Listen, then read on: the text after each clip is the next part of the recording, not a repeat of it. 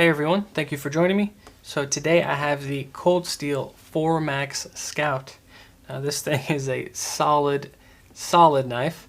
Now this was sent in from a supporter of the channel, so I just wanted to give a shout out to Judah for sending this in and giving me the opportunity to customize his knife for him and make it a one of a kind. So really quick, we'll put the specs up on screen and we'll just get right into it. We have a drop point style blade made of AUS 10A steel with a really beautiful stonewash. It's got dual thumb studs, so it is ambidextrous, so it is made for lefties, and the pocket clip is reversible. It's not deep carry, but has never really been an issue, at least for me. It's got a lanyard hole, and then it also has this safety hole where you can put a pin through, just in case. But with that famous triad lock, this thing ain't gonna close on you. And the handle material, or the scales, are made of Griv X, and then it does have a nice texture on there. Very grippy too. When you apply pressure, it really sticks to your skin and your fingers. Now, the ergos on this thing are really good. I mean, a lot of cold steels that I've handled, the ergos on them are just really awesome. And you actually do have a forward finger choil here, so you can actually choke up on this blade, so you can see, and then just really get those finer detail or hard pushes into whatever material you're cutting. And then you can actually choke up on the back end of the knife and really get some chopping action in there. I'm sure if you guys go check out Jimmy Slash's videos, I know he's done a bunch of tests on his knives. I think this will pass the test on batoning and just chopping big chunks of wood. But other than that, this thing is a beast. So the changes I will be doing to this blade are going to be the scales. And if you guys were at my 1,000 subscriber live, I kind of gave you guys a little sneak peek, but I'm going to be using this fat carbon dark matter. It's got blue in it, or this is the blue version of the dark matter. They have other versions, and just such a cool material. I mean, look at that. That just shifts, and it's just hypnotizing. And since the scale is so big, it's going to be a good platform to display this really cool material. So that's what I'll be changing scale-wise, and then I'll be eliminating the safety hole here in the front, and then the lanyard hole.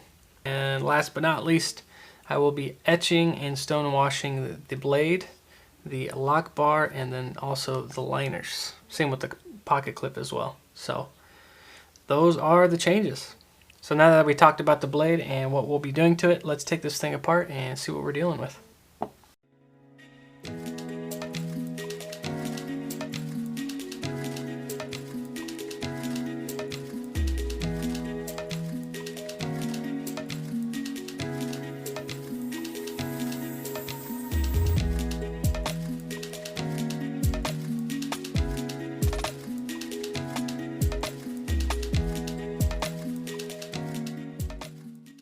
Alright, so here it is all taken apart, and I do like that there are a lot of similarities when taken apart.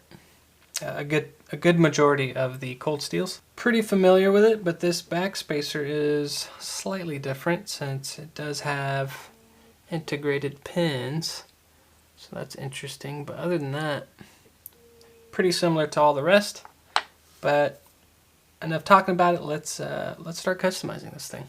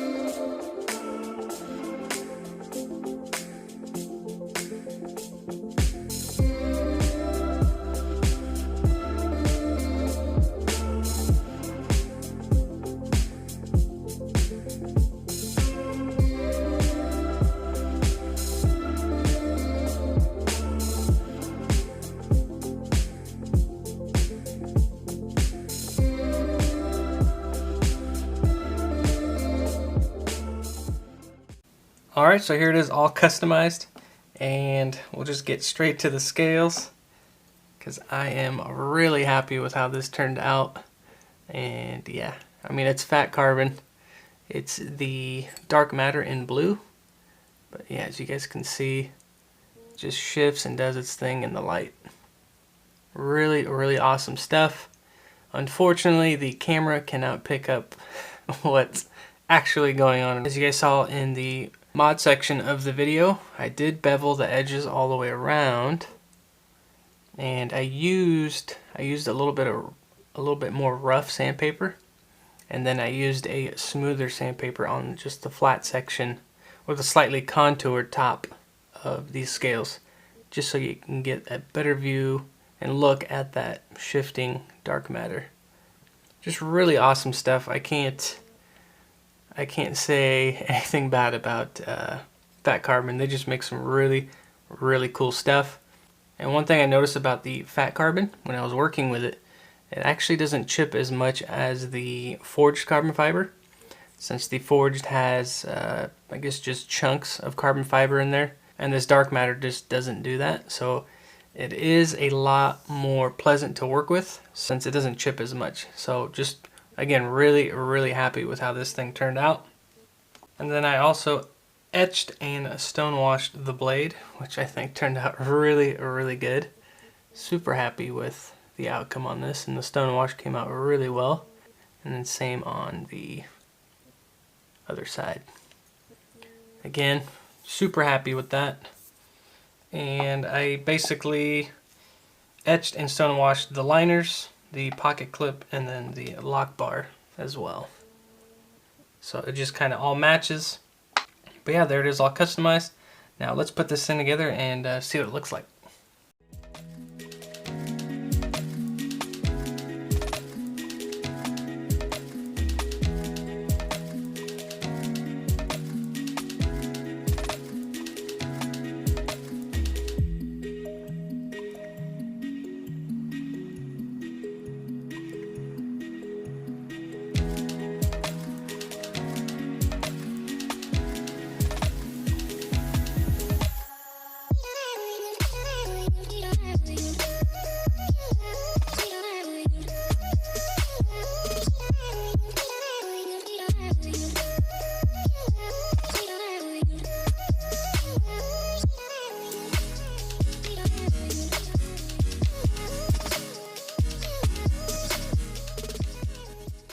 Alright, so here it is all put together, and I think it turned out really, really good.